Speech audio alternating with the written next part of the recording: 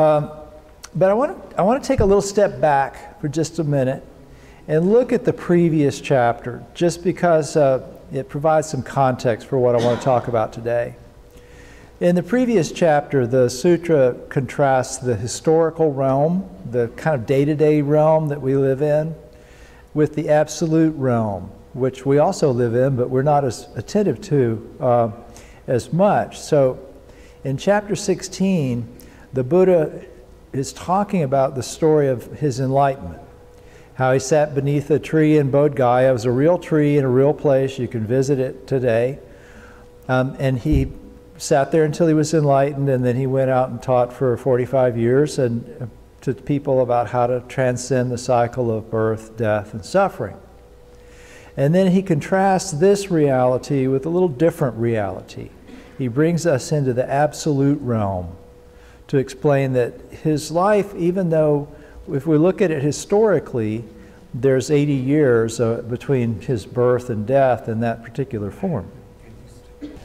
All right, well, anyway, so the Buddha's talking about how even though in his human form, the form that we normally think of, he lived for about 80 years, and in a place that we can identify, and he talked about things that we can all study. But then he goes on to say that his life is really eternal and infinite.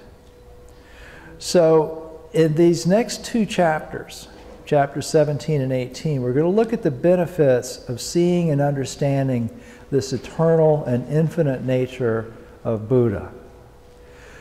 So I want to try to kind of connect our awareness of our day-to-day reality with our awareness of what we might see as infinite and eternal. So sometime in the next few weeks, I'd like for you to go to the beach. We live near a number of beaches, doesn't matter which one you go to. But try to get there a little bit before sunrise so that you can sit on the beach and watch the sun come up.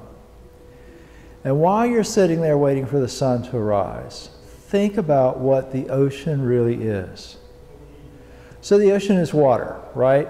There's a lot of other things in there, but the one thing that makes it an ocean is water.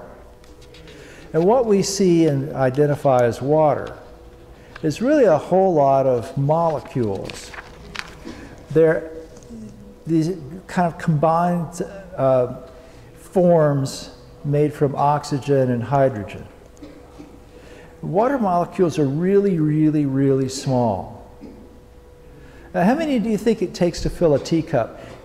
You could actually Google this and come up with an answer. And I wonder sometimes how Buddhism would be different if the Buddha had had Google to refer to.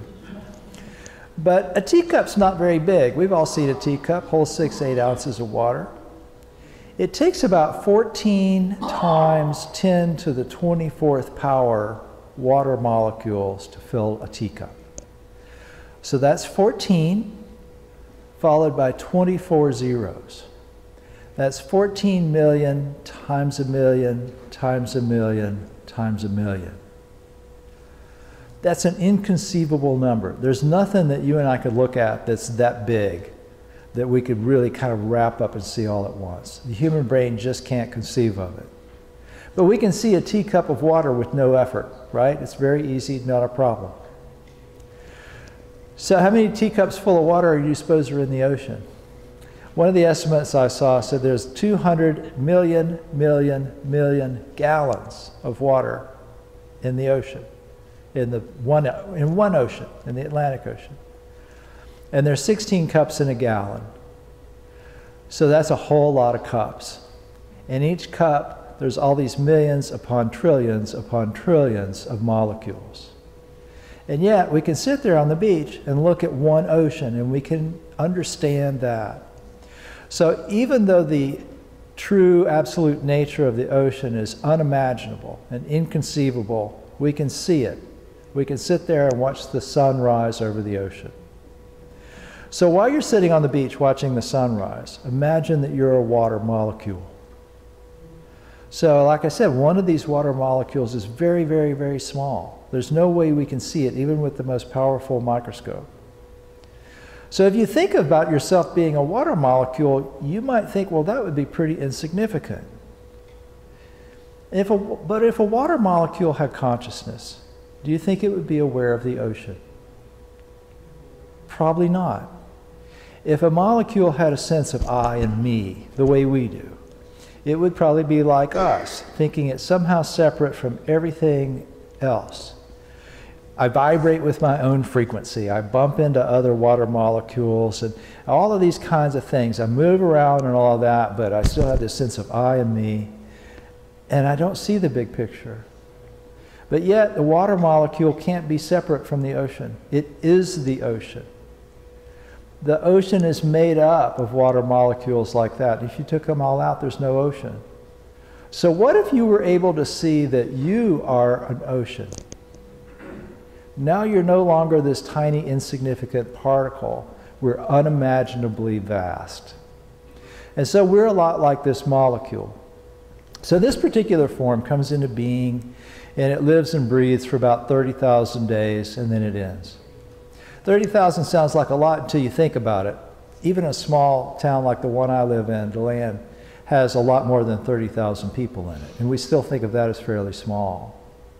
So if you think about our life this way, it's not all that significant. But this life is not a discrete unit. It's connected to others in infinite and eternal ways.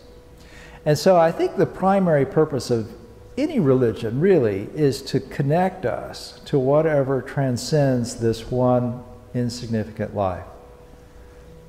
So here's something that you can put into practice now. How would I live if I could see that this me and this life are not just connected to other things and interdependent with other things, but literally are an ocean of being that's infinite and eternal? So in the early Buddhist writings, there's references to monks doing what they call glimpsing the deathless, seeing what's there when the cycle of coming and going is transcended. And I think that that's what this refers to, seeing the infinite and eternal in all things. I think it's what it means when we realize the truth of a phrase you'll hear sometimes in Mahayana Buddhism, that samsara is nirvana. So in these two chapters, we're looking at this, and we're looking at asking the question, what are the benefits of understanding this? And so this brings us to kind of a new question. How do I put this wisdom into action? And the Buddha answers that question in some verses. And he says, hearing that the Buddha's life is immeasurable, all beings are filled with joy. The Buddha's name is heard in 10 directions, widely benefiting living beings. All are endowed with good roots to help them set their minds on the unsurpassed way. So then he contrasts this understanding of the eternal and infinite with what were more traditional forms of practice at that time. And he compares it to practicing the 5 paramitas. These are virtues that we put into action until we perfect them. And he says, even if you practice those 5 virtues for millions and millions of years, that doesn't add up to a small fraction of the benefit of just realizing for oneself the eternality and infinity of enlightenment. So I want to look at these 5 virtues to be perfected for just a minute. And I'll come back to them in another talk a little bit later down the road because they come up again. But the 5 that are mentioned here are dana, which is generosity, really cultivating a giving heart through acting in a giving way. Sila, which is virtue, morality, discipline. If you take the 5 precepts and you try to keep them, that's sila. Kshanti, often translated as patience, it's tolerance. It's also accepting conditions and accepting others kind of as they are. Virya, energy, diligence, vigorous effort. You can't stay awake during meditation without virya. And dhyana, one-pointed concentration, contemplation. And that's what we're practicing when we sit on the meditation and try to watch our breath for half an hour. So there's a 6th one, and it's mentioned in the sutra, but it's kind of skipped over, prajna paramita. We just heard that when we chanted the Heart Sutra earlier. It means wisdom and insight. And so the first 5 are things that you develop in order that you experience prajna, experience wisdom and insight. So the Buddha is not saying don't bother with those. It's good to develop those, but he says that their benefits are hugely outweighed by the benefits of hearing and believing the Lotus Sutra. In other words, by understanding this eternal and infinite. And he says that Buddhahood comes more readily to those who practice these virtues and see that reality. So in the next chapter, which is very short, Maitreya, who's the future Buddha, asks Sakyamuni, he says, what merits accrue to those who receive this teaching with joy? And you might wonder, why is it important? Why does he make that distinction about receiving the teaching joyfully? And I was thinking about this earlier this week. I was going for a walk early in the morning. And for some reason, this TV show that Sensei Michelle had watched came to mind. And some of you who know her know that she's in a master's in counseling program, and she was supposed to watch this show as part of her counseling program. So I sat down and watched it with her. And it comes on one of the cable TV networks. It's called My 600-Pound Life. And this show is about people who are so overweight that their own bodies are killing them. Their life is in imminent danger just because of all the stuff that they have to carry around. So a lot of us are not at healthy weight. In fact, mine could be better. That's why I'm going for walks early in the morning. But these people weigh so much, like the weight of 2 or 3 refrigerators. And so their hearts and bones and everything has to carry all this around, and so it's killing them. Obviously, they can't go exercise. There's not a lot they can do. Even if they could get to the gym and onto a treadmill, the treadmill couldn't support them. So they have to start by just not eating. That means that they have to constantly fight against every urge and craving and habit that got them into this place of suffering in the first place. And so they progress very, very slowly. If you can't move around very much, you don't burn a lot of calories. So I was thinking about what that must be like. You'd be hungry all the time, craving food all the time, and it would be a seemingly never-ending process. You could starve yourself all day long and then undo all that effort in about 10 minutes if you could talk somebody into bringing you some food from a fast food restaurant. So this must be incredibly hard. It's probably like trying to empty out the Atlantic Ocean with a teacup. But they start making progress. And when they see that they can move forward, that they can get better, there's some joy in that. It's very hard, but you get these moments of realizing that you can actually do a lot better than you're doing. You might not die after all. And so they start feeling better emotionally, but they also eventually start feeling better physically. And then once they lose enough weight, they can move around a little bit, they can start exercising a little. So they get even more benefits from that. Their progress comes faster and they start to feel even better. And then when they get their weight down enough, they can go in and have surgery to remove giant fat deposits and things like that. And so that makes it even possible to do even more. So you start out making these little bitty steps, doing what you can, and then as you get healthier, you do things that have bigger and bigger benefits.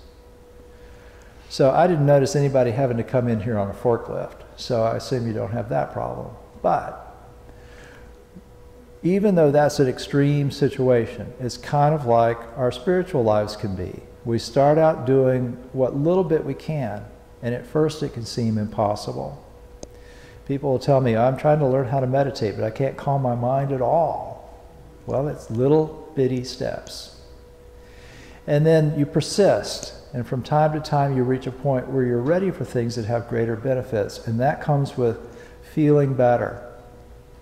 A lot of Americans that come to me about Buddhism start out just wanting to feel better, that's all. And they wonder if meditation and Buddhist teachings can help them with that. And it does. When you start to meditate, you get the ability to be a little bit less reactive toward the stressors in life. And so you feel better.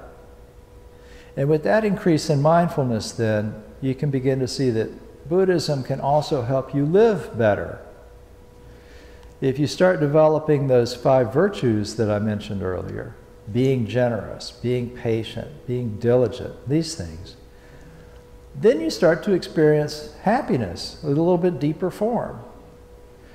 When you live a better life, you start to realize that happiness really isn't so much about feeling better as it's about living better. It's not as much a way of having a better feeling, it's a way of interacting differently with the world that you live in. And then once you can do that, you begin to see that you're a part of something much bigger than yourself. Your life is bigger than this one 30,000 days. In fact, your true nature is Buddha nature, and thus your life is also eternal and infinite. So I hope that looking into those two chapters this way has kind of helped you expand your practice a little bit, and I appreciate your attention.